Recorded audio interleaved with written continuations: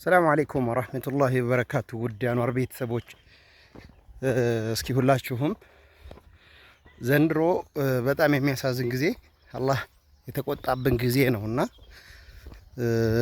ዝናብ ጠፍቷል።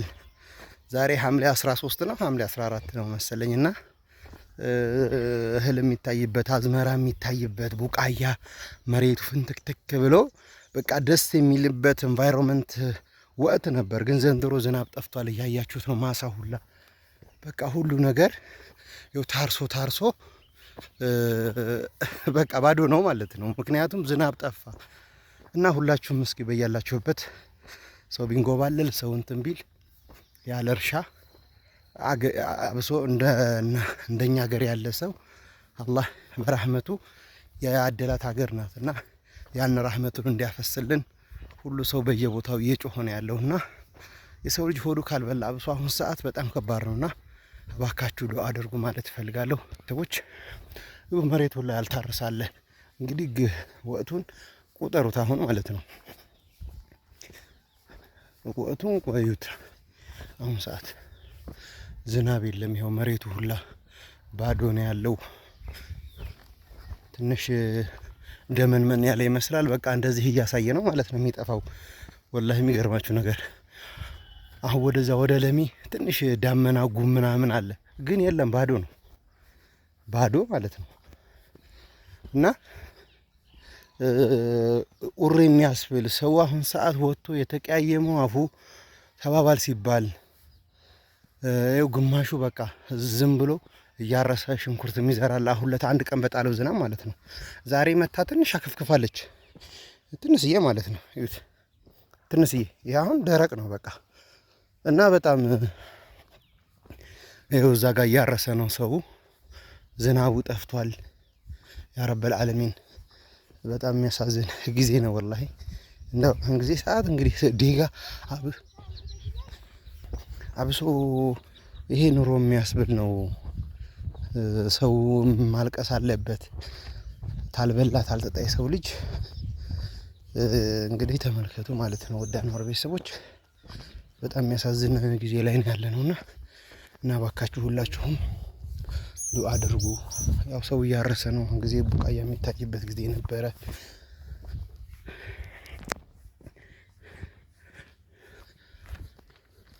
እና በጣም የሚያሳዝን ጊዜ ላይ ነው ያለነው ማለት ነው። ውድ አንዋር ቤተሰቦች እና ዝናብ ጠፍቷል። ሁላችሁም ዱአ አድርጉ ያላችሁበት ቦታ ላይ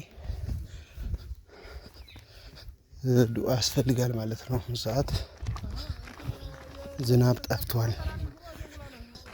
ዝናብ ስለጠፋ ዱአ ያስፈልጋል።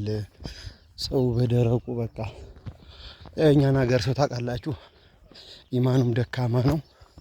እንደዚህ ጭንቅ ሲመጣ ነው ፈጣሪውን የሚያስታውሰው እና አላህን እንዲታረቀን ዱአ አድርጉ። ያው እያረሰ ሰው አንዳንዱ እንትን ያለ ሰው ያው እንደዚህ ይችን አሁን ሽንኩርት ዘርተዋታል ማለት ነው። እና ያው መሬት ደረቁ ነው እንግዲህ ዛሬ ሐምሌ 4 ነው። ሐምሌ እንትን በቃ በጣም የሚያሳዝን ጊዜ ነው ያለነው ወላሂ። አላህ እንግዲህ ይታረቀን እና ሐምሌ ሮጥ እያለ ሰው ዱአ እያደረገ ነው ማለት ነው። እንግዲህ አላህ ሱብሓነሁ ወተዓላ ይዘንልን። አውፍ መባባል አስፈላጊ ነው። ሰው ችግሩ ምንድነው? አሁን ሰዓት አውፍታ በቃ ጎሚ የሆነ እንትን ላይ ሲነሳ በቃ ወላሂ በጣም የሚያሳዝን ጊዜ ላይ ነው ያለነውና እንግዲህ አላህ ሱብሓነሁ ወተዓላ ይሄን ነገር ካልተውልን እንደው ይቅርታውን ከአንጀታችን ካልተባባልን የተቃየመ የተዞላለመ ሰው ነው ይሄ። አላህ በራሳችን ወንጀል ነው እንደዚህ አይነት ነገር የሚያደርገንና እንግዲህ ተመልከቱ። አዝመራ በሚታይበት ወቅት ያላረሰም አለ። ምን ይታረሳል? መሬቱ ገና ደረቅ ነው ማለት ነው። ያያችሁት ነው እንግዲህ ዛሬ ሐምሌ 10 ምናምን ማለት ነው።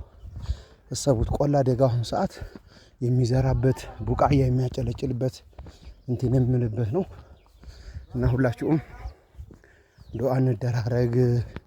እንግዲህ በስደትም ብንኖር ምንም ሀገራችን እንትን ካለ ያው እንደምታውቁት ነውና ያለ ሀገር እናትና አባት እየተራበ እናንተ አረቦች ጋር ብትሆኑ ምንም ግማሽ አካላችሁ በቃ የሚበልጠው አካላችሁ ሰው ሀሳቡ ከተራበ ተረባችኋል ማለት ነው። ቤተሰብ ከተራበ፣ ቤተሰብ ካለቀሰ፣ ቤተሰብ ከተጨነቀ በጣም የሚያሳዝን ጊዜ ነው ያለነውና ዱአ እንደራረግ ባካችሁ ይላል አንዋር ኡመር ማለት ነው። ውድ አንዋር ቤተሰቦች እንደው በጣም የሚያሳዝን ጊዜ ላይ ስለሆን ነው። በዛ አጋጣሚ